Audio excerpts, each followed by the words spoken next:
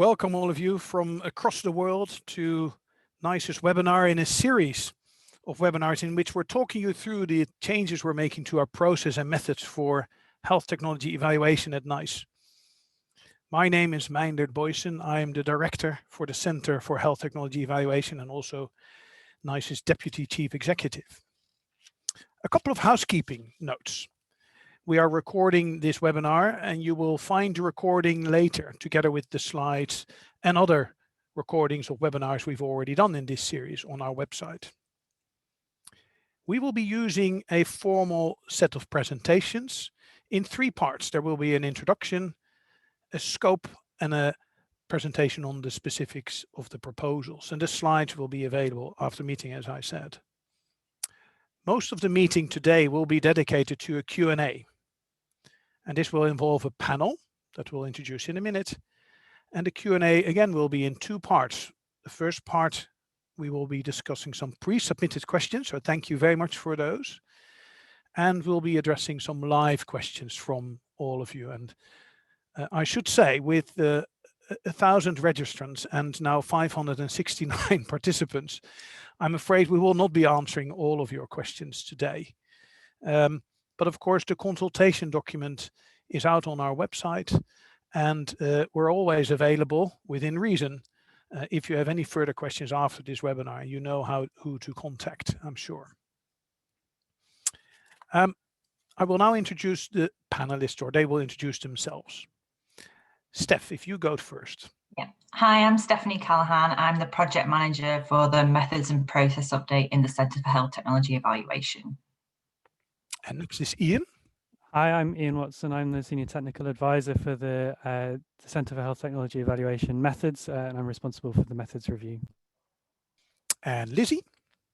Hi, I'm Lizzie Thomas. I'm a Senior Advisor in NICE's Patient and Public Involvement team, and I'm the Patient and Public Involvement Lead for the methods review. And last but definitely not least, Helen.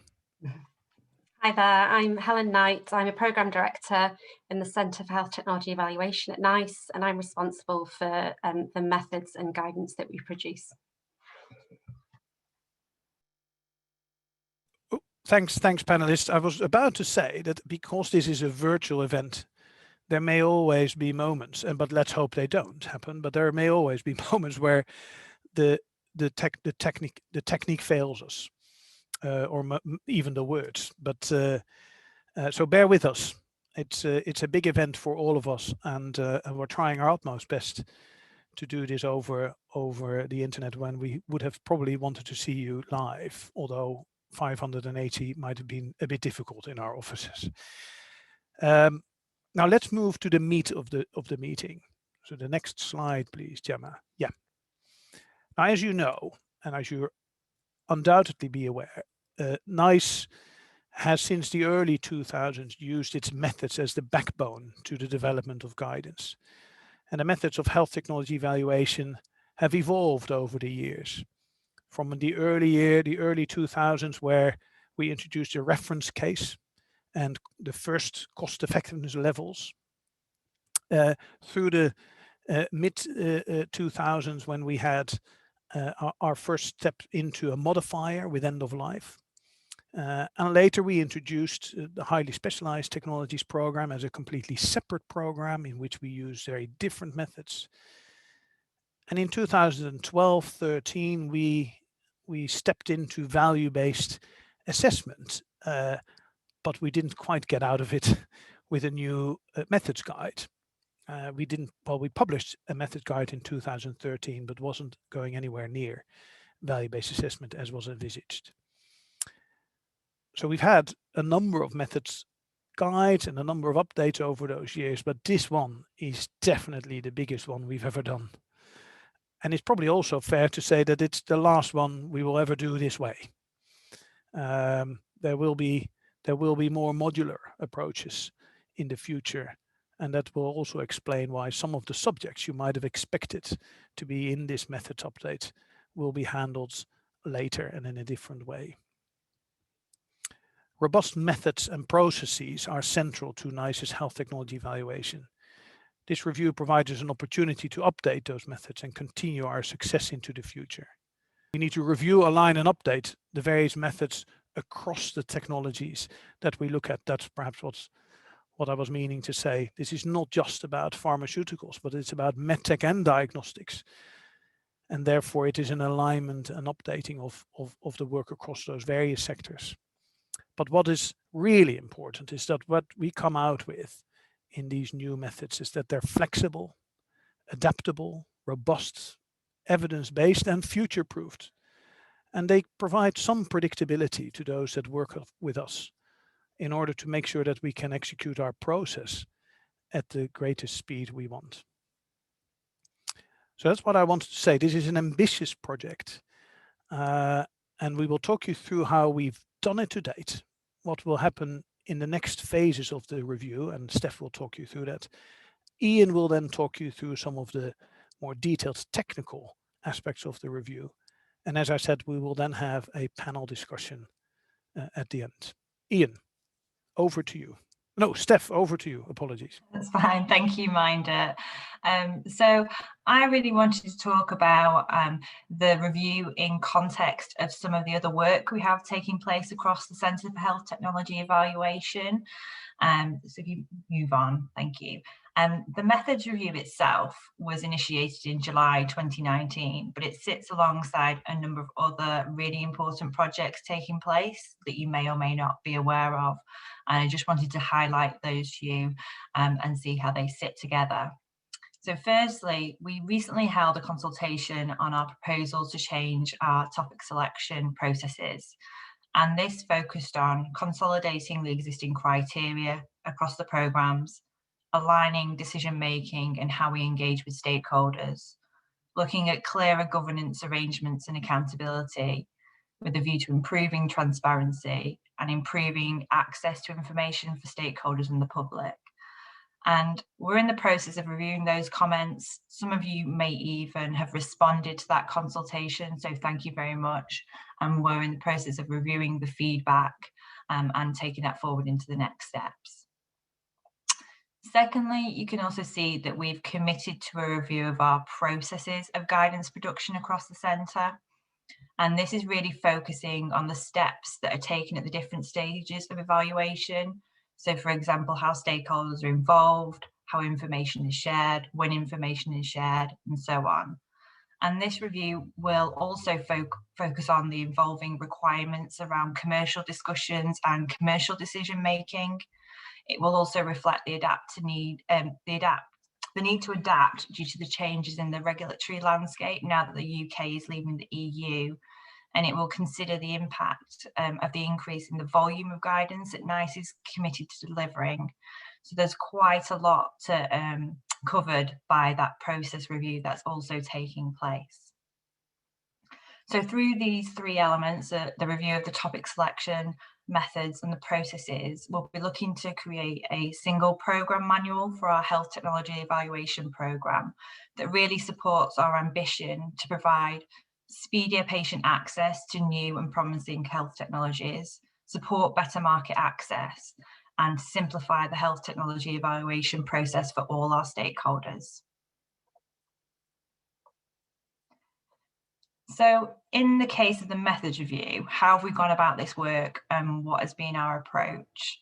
I think it's really important to say that we have really robust methods in place across all our programmes, and taking that into account, we're definitely not starting with a blank sheet of paper. There's a significant amount of evidence to assess and to really make sense of. So to do this, we've worked really closely with our stakeholders to better understand those challenges and developments in order to develop a well-rounded and considered case for change.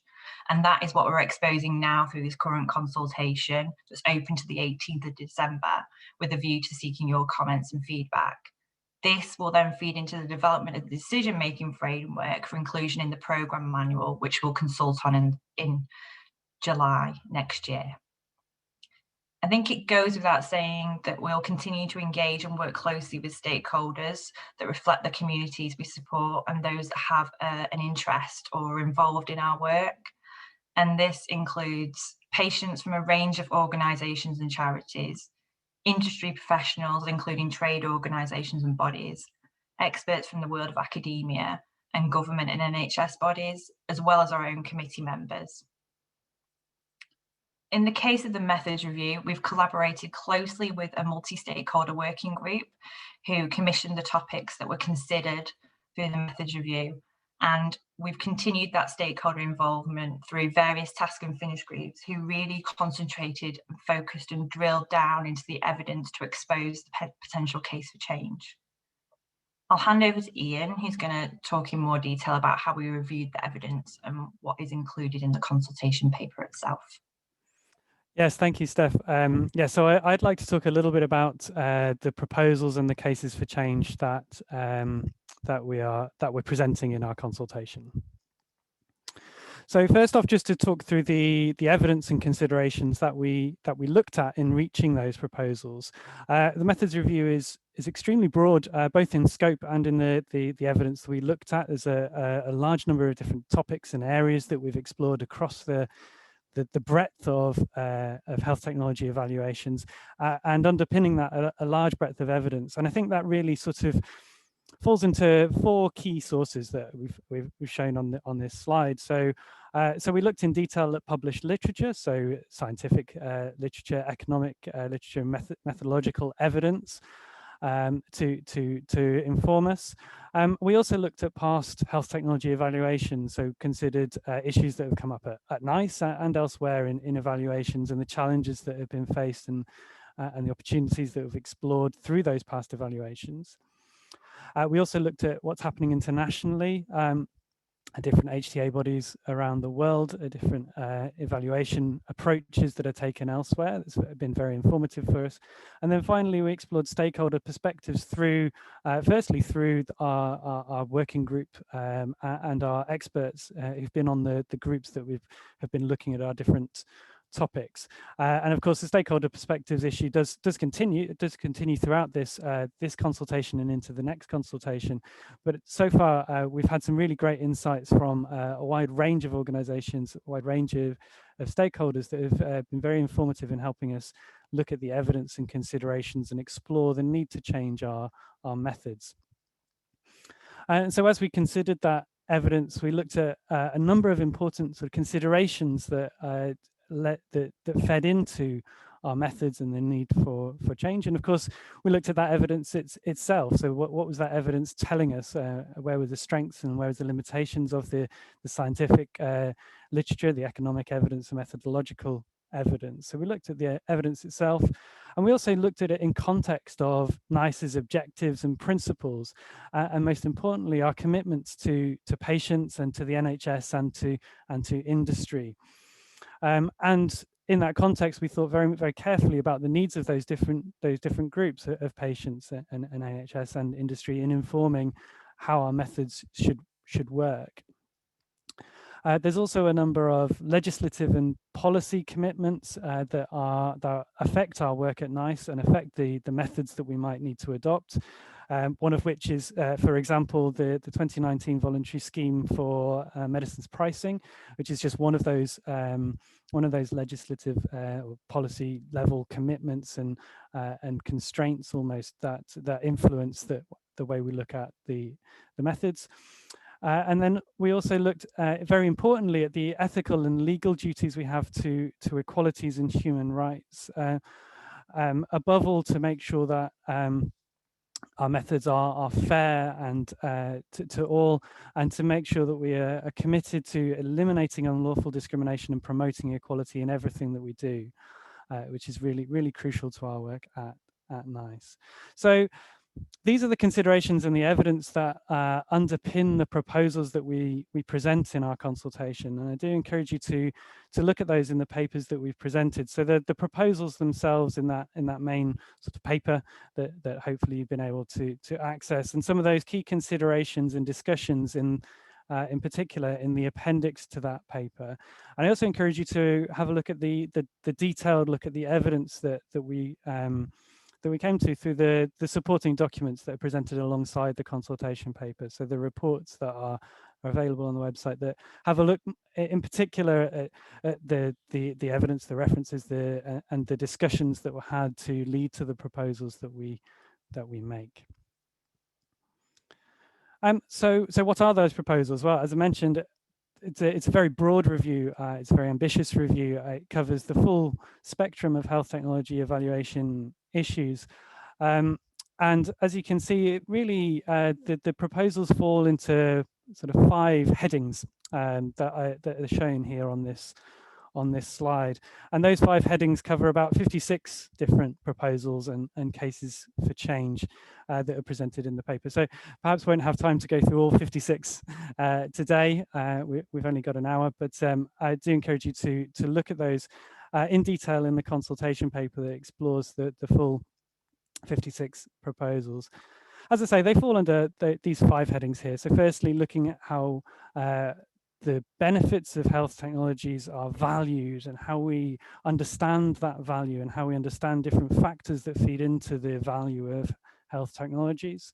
And we also look at the evidence base, understanding the evidence base to make sure we're getting the highest quality evidence, and all of that then feeding into a structured decision-making process. Now, the structured decision-making considerations, much of that fits into the sort of second phase of the review that Steph described as we build towards a final manual. But we have already looked at a number of considerations affecting decision-making and our decision-making approach that are presented at this stage of the review as well.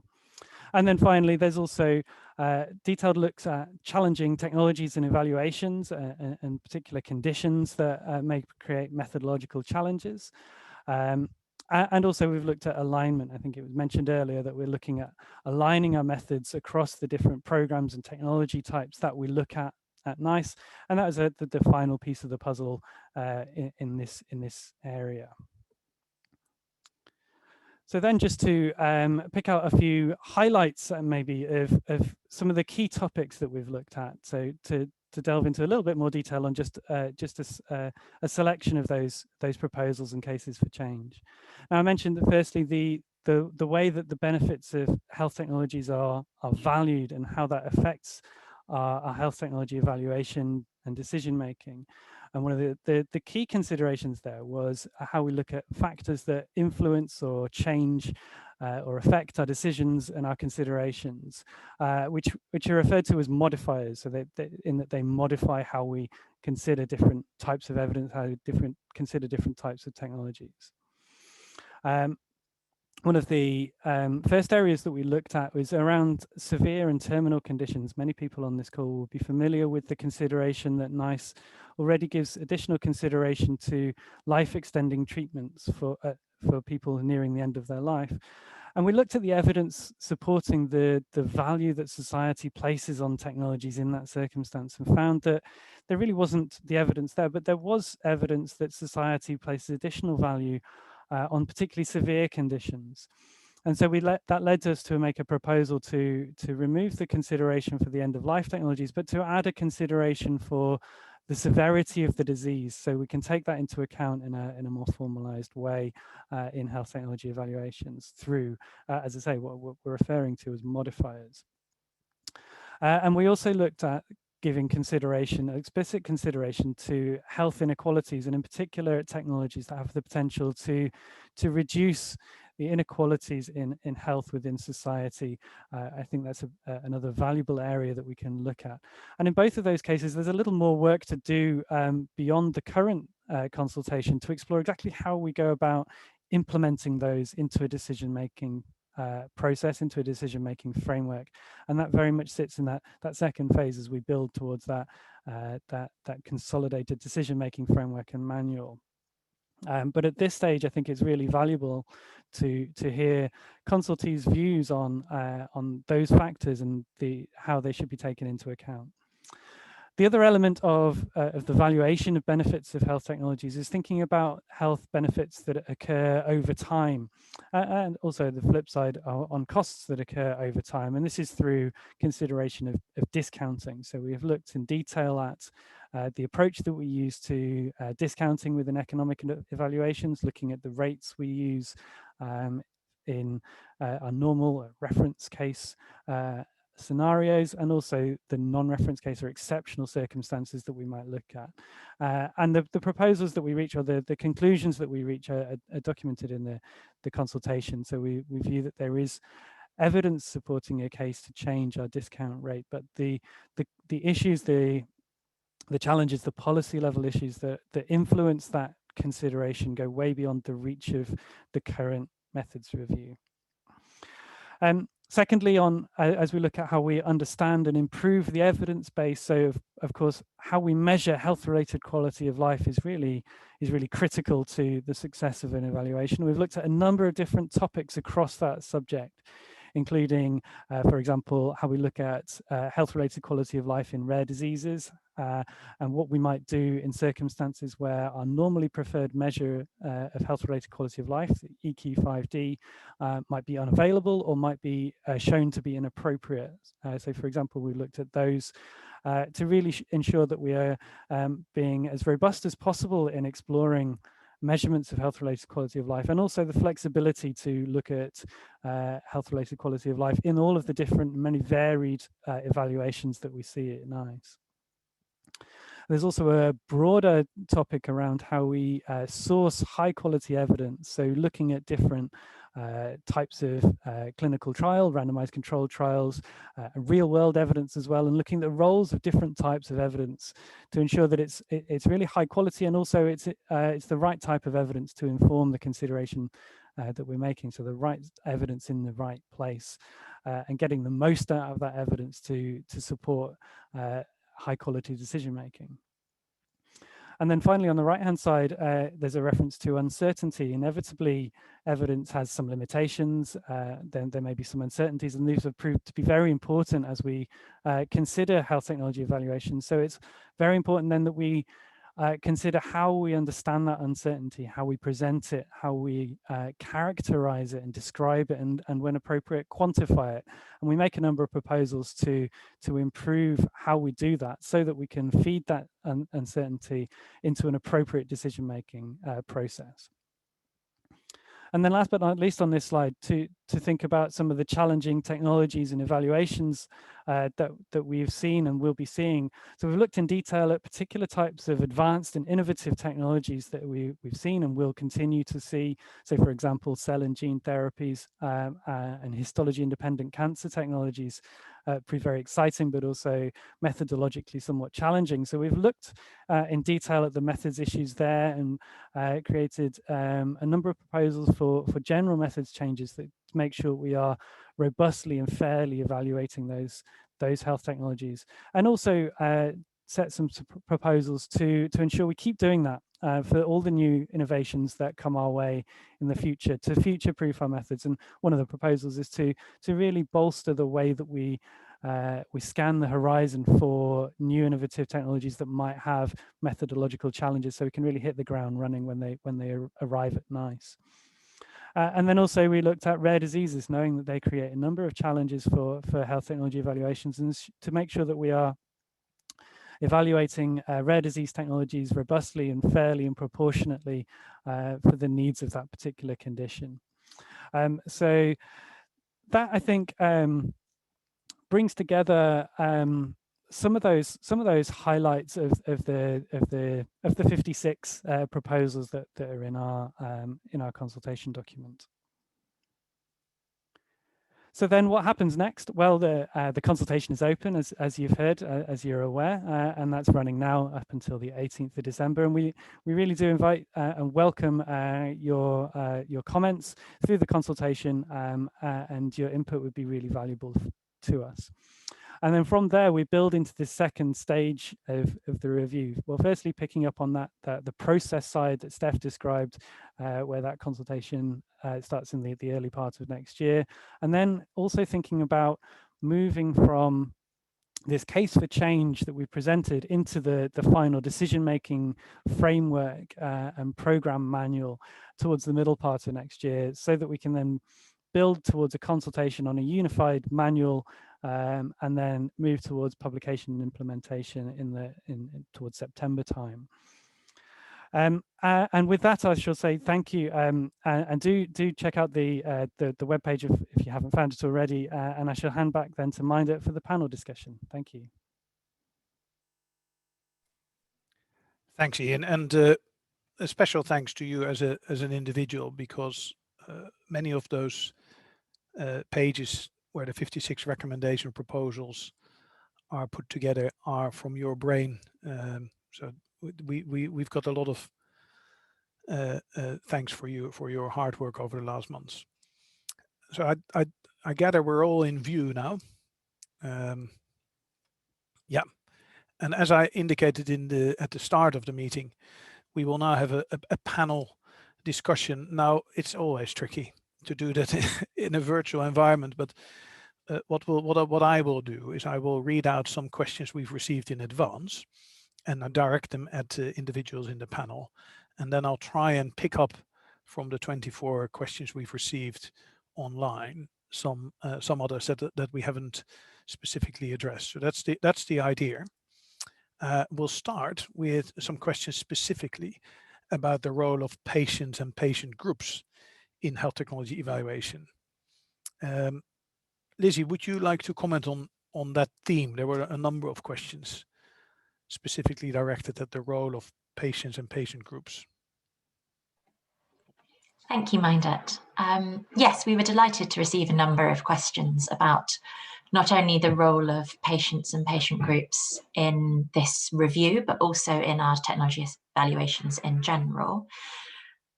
It's something that NICE has always taken very seriously. We've had a commitment from the very beginning. We have a NICE patient and public involvement policy. It's in our charters, it's in our principles. It's something we do, and we do in everything.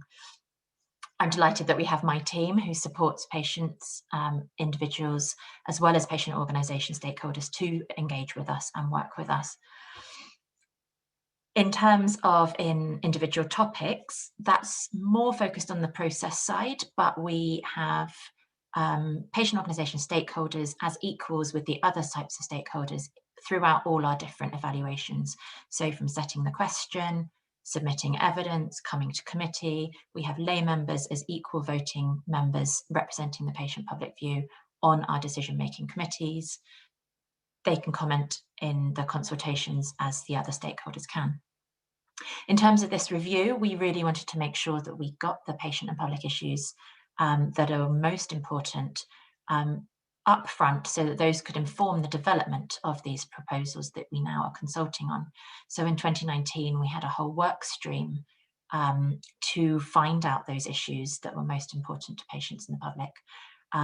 We had a working party which co-created this with patient reps and senior staff at NICE. We ran a stakeholder workshop for patient organisations, and then an in-depth survey in the summer of 2019. And I'm delighted that all of those came together in a report with 18 proposals that have now been taken forward to inform these reviews, and that report's on the website now to inform this consultation. It's in the public involvement programme, so my team section of the NICE website if you want to find it. And thank you. I know that some of the people on that working party who take part in those things are on the call, I think. So thank you for all those inputs, and especially for the task and finish group reps and working party reps, because we want all the stakeholders represented in our thinking, in our decisions, and we want that balance. And especially this year in times of COVID, when the charitable sector has been hit so hard, just really, really big thank you for all the ongoing support of our work. Thanks very much, Lizzie. Very important themes of patient involvement, and thank you to you and your team for all the hard work over all those years. You are right to be proud of all you've done. A question to Helen, another pre-submitted question, this time about digital technologies. How are you addressing digital technologies in this methods review? And there was a specific question about security and privacy of mobile applications. I guess that's going quite far. Are we addressing this, Helen? Yeah, so it's clear, just it'd be good to note that, you know, NICE has already looked at digital technologies through its existing programs, the medical technologies program and the diagnostics program. So we have already been doing these for a number of years. But of course, we recognise the developments in this area and the potential benefits that these types of technologies can bring to the NHS. We have actually identified the area of digital technologies for a future iteration of the methods review. So people will see in the consultation document, and Ian alluded to this earlier, I think that this is a very large methods review that we're doing at the moment. And traditionally, we've done big methods reviews every few years. The plan moving forward is to do it in a much more of a modular updates, so we can identify and respond more quickly to areas of new development, and digital is definitely one of those that we've got flagged already. But we are looking across NICE at a system-wide support for these technologies, so liaising with other organisations such as NHSX, and we have undertaken some digital pilots. So there's a lot more happening and to come in this area, I think, and specifically with regards to, I guess, the security and the data information governance side. I envisage that those types of things would be done before we would do a health technology evaluation, and we know that there's some work ongoing already, but we're very much linked in with other organisations to support these going through NICE. Thanks, Helen. Yeah, so that's important to emphasize that there's a number of phases in this review, as Ian described earlier, but also we have separate topics that we're not addressing now. Digital is one. Can you mention the other ones just quickly, because there's some questions that were also pre-submitted, I think, around genomics, about sustainability. Yeah. So genomics as well is another topic that we've flagged, and it doesn't mean to say that we're not doing anything on those topics right now. It just means that we don't think that, you know, we know we wouldn't have a full picture to actually include in an updated methods manual for next year. So we're very much linked in with other groups, you know, particularly on the genomics and the testing. But we're not really in a position as yet to pull that all together to create an updated methods piece specifically around that. So we will be doing that in the future. Very good. A question that hasn't really come up, I think, in the Q&A is one, and we'll get to the Q&A in a minute, is one around subgroups, Ian, but it is a question that was submitted in advance. So the consultation document proposes that committee may choose not to recommend a technology for a particular subgroup, even when the technology is clinically and cost effective for the whole population. That's interesting, isn't it? So it's cost effective for everyone, but still they might recommend it only for a few. So how does that work? Yeah, it's a good question, and I think what that highlights is the really important role that NICE has, both for securing access to new technologies for patients, and also ensuring value for money for the health service, and making sure that funding new technologies doesn't come at the expense of existing treatments or healthcare displaced elsewhere in the NHS. So I think it's really important that we do have that dual role in mind when we think about this. And so there may indeed be some circumstances where a technology looks like it's cost effective across a whole population, but there's perhaps, for example, a particular group of people in whom the technology doesn't work as well, or it's not as effective. And that if we were to recommend it for that group, then healthcare would be displaced from elsewhere in the NHS, from other people elsewhere in the NHS.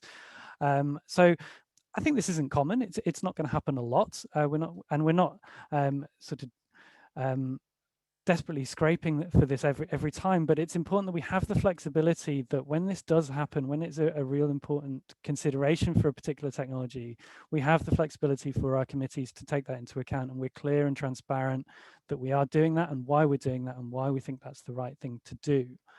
And of course, but when subgroups do arise, whenever subgroups arise in this circumstance that we're talking about now, or indeed in any circumstance, it's really important that that it's done robustly and it's done fairly, first and foremost.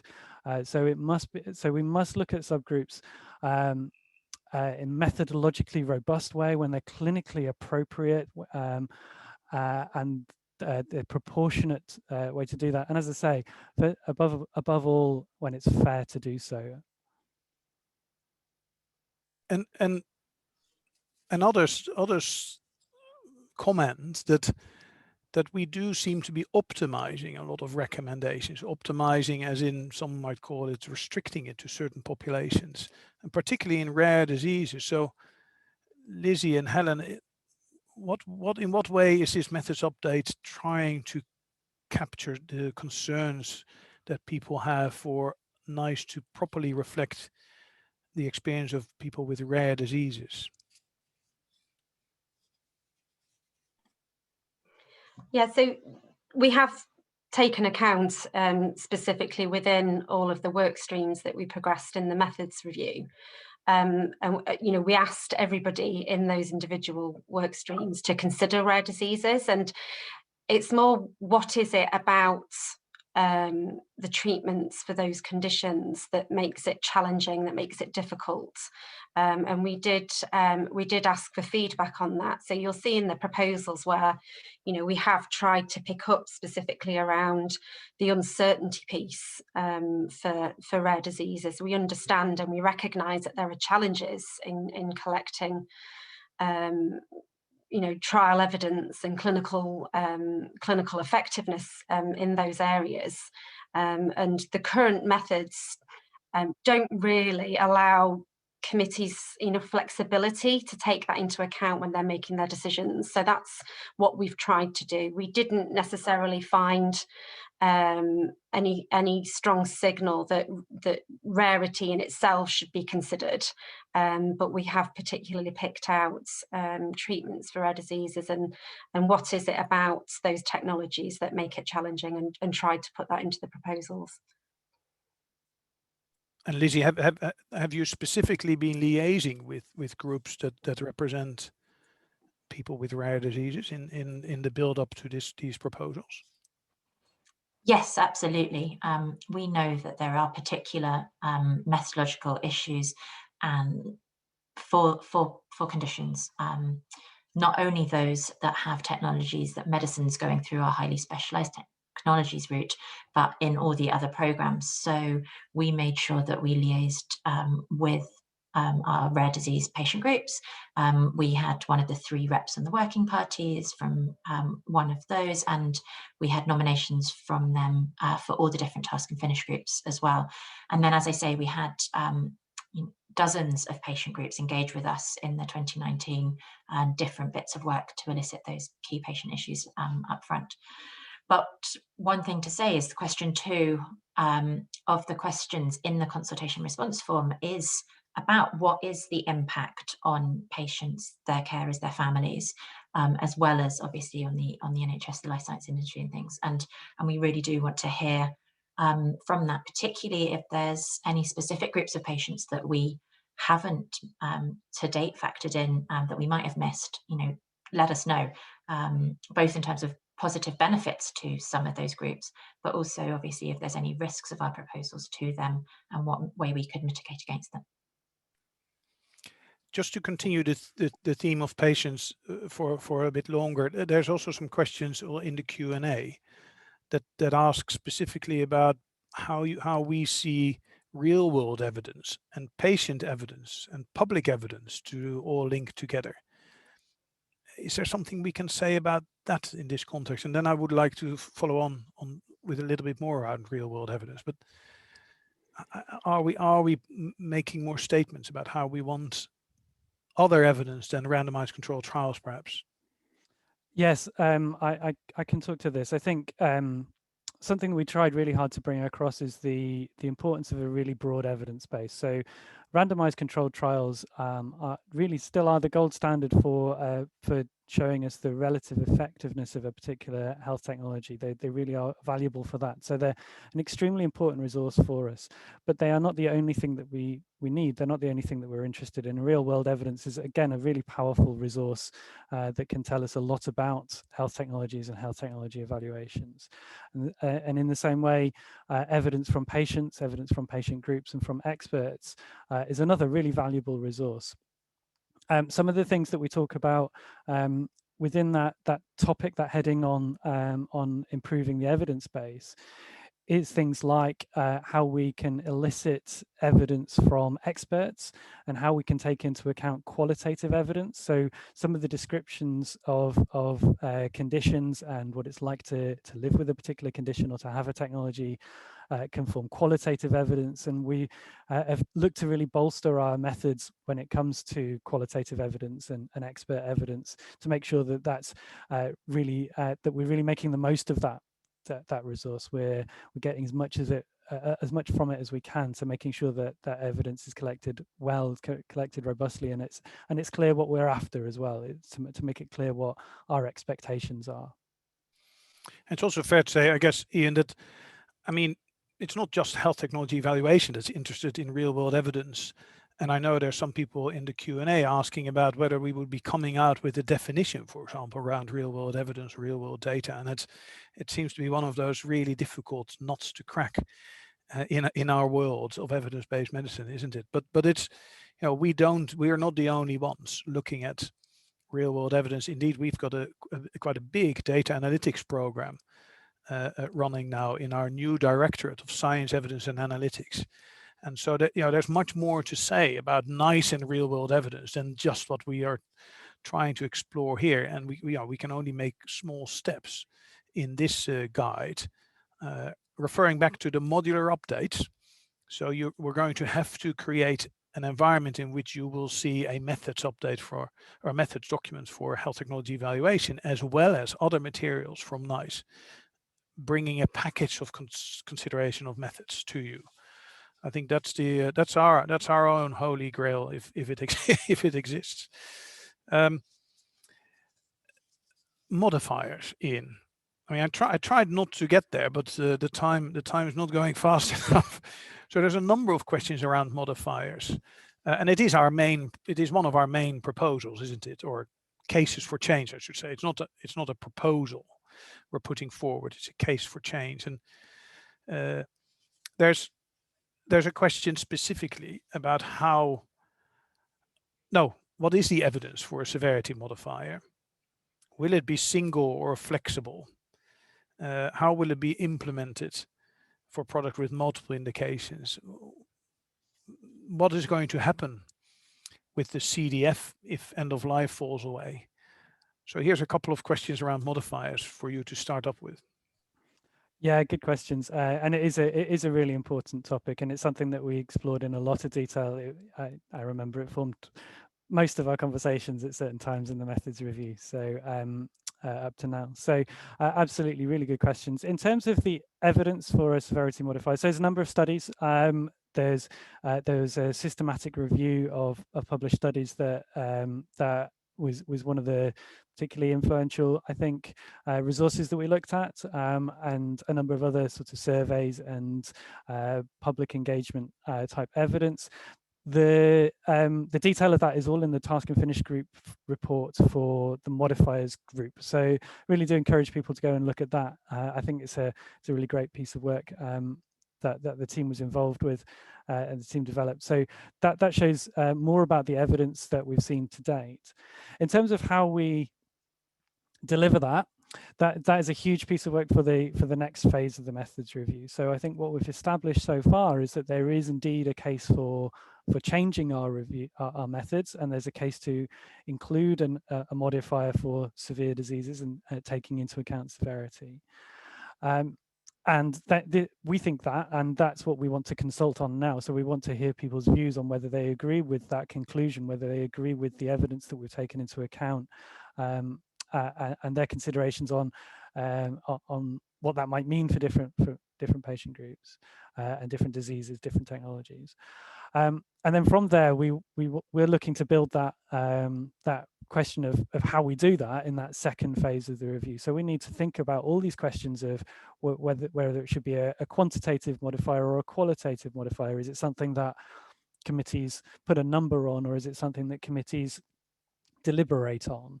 And if it is a number, what number is that, and what number is that what applied to, and how is that manifest in a decision-making framework? So that, as I say, that's a big piece of work for that next phase, and I'm quite excited about getting our teeth stuck into that. And Helen, one thing we are putting forward as a potential is a health inequalities modifier or something of that nature. What exactly are the ideas with that? People are asking, how will that be used or applied by our committees? It was something that came up as important throughout the considerations, and it's, you know, we have a duty to consider these aspects in all of our work. I don't think at this stage we've got a clear expectation on how we would manage that, and I think in the consultation document, you know, we do state that there's quite a bit of work that needs to be undertaken on that aspect to think about how we could do that. Yeah, you know, it may be that it's going to be a real challenge to be able to do that, but you know, we hope to explore that more over the coming months. And another one that I picked up from the pre-submitted questions, that people are asking about uncertainty. So, and there's specific questions about how you deal with uncertainty afterwards. So say commercial and managed access, but that's not really the part of this consultation, is it? The process of how we do that. But it's more what are we expecting from flexibility? For example, one of the comments from the Q&A, someone is asking, it's easy to say flexibility, I'm paraphrasing, but what will it actually mean on the day for committees? So flexibility, uncertainty, more open to uncertainty. How do you envisage that to work? I think this one might be for me again. Well, you can choose. Yes. So there's a few components to uncertainty. So the first step is to characterize and describe and understand the uncertainty. And that's, I think, what I talked a little bit about in my presentation. Then having characterized it, the question is, how do you then feed that into decision making, and to what extent should you feed that into decision making?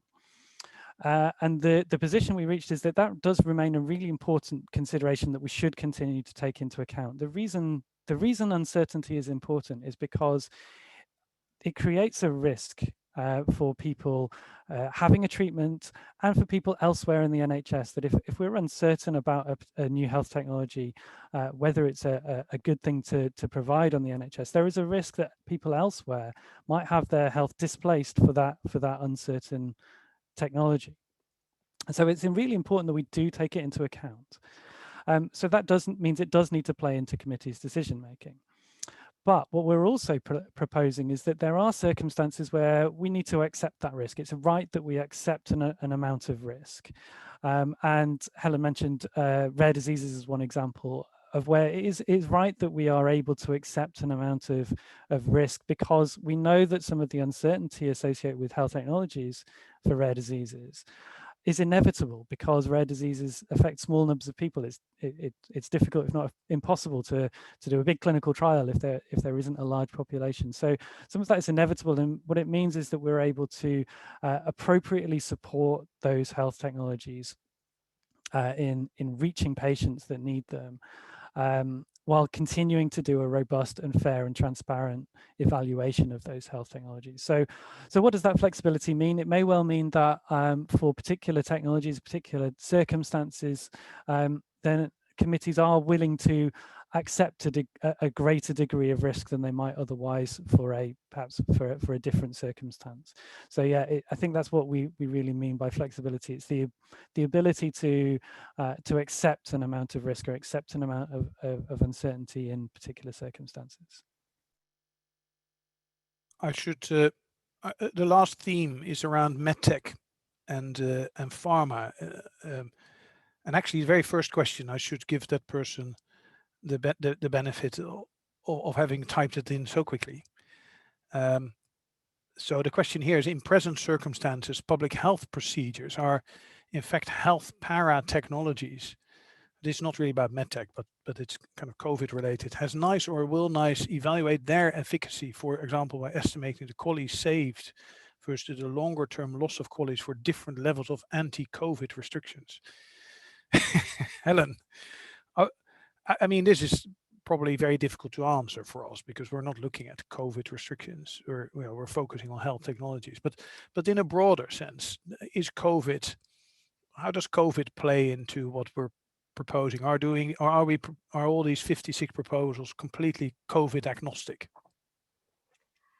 Yeah, I mean, obviously, the review has taken place throughout the COVID pandemic. So, but there was nothing particularly that we identified that was specific to COVID that needed to be addressed. And I guess it wasn't necessarily formally in scope, but of course, we're undertaking technology evaluations as our business as usual. But there's nothing that we've identified as yet that means that we need to do something different with our methods with regards to COVID. But we'll keep that under review as we're moving forward. And our committees can account for things that are not captured in the analysis that's been presented. So I would hope that there would be elements, important elements that they can consider if they need to. It's just that we haven't necessarily considered that yet. And yeah, the public health intervention is a bit difficult. It's not something that we would expect to see no. in our centre. So. And what about medtech in general? Now, we know that the evidence base, at least that's always been the proposition, is different. The more dynamic nature of the technology makes it complicated to assess. What are we trying to do in this methods update to level up medtech and pharma? Yeah, we want to be able to be consistent across the board. So what we've had before is different methods manuals for different types of technologies that go through different programs, and that's quite confusing, really, and is unnecessary. So what we're trying to do is go with a more consistent approach, but we can acknowledge that there are going to be nuances, but that's reflected in the evidence that we're considering. But as well as the methods review, we're looking at our process review, and we want to learn from what we've seen in technology appraisals, the way that we've been able to move forward with managed access, with other ways to manage uncertainty. So really keen to try and take that approach and see how it would apply in the medtech space. Okay, well, we're reaching the end of the webinar, and so thank you very much, panel. We we didn't particularly rehearse how we would have the order of the questions. So I think you've managed very well, and you're obviously the experts. So thanks very much for participating. The one of the real interesting questions that I picked up, I haven't read out, was a very simple one. What is the problem we're trying to solve through these 56 recommendations? That's a very good point. I don't think there is a particular problem to solve. We're trying to make sure that through our methods we can execute the work we're expected to do, which is to provide early access and early signals of value for new technologies. That's what we're trying to support through our methods. And if our methods are predictable, clear, and transparent, it ought to be simpler for people to make their case, and therefore easier for us to make recommendations early in the access pathway. So that's what we're trying to achieve. We're already very, very much on the way to do that, but there's always more to be gained. And it's also important that we're consistent, as Helen described, between pharma, medtech, digital, ATMPs, advanced therapeutic medicinal products, etc. There's a consistent approach. And also, I guess the final point is that the problem we're trying to solve isn't here yet.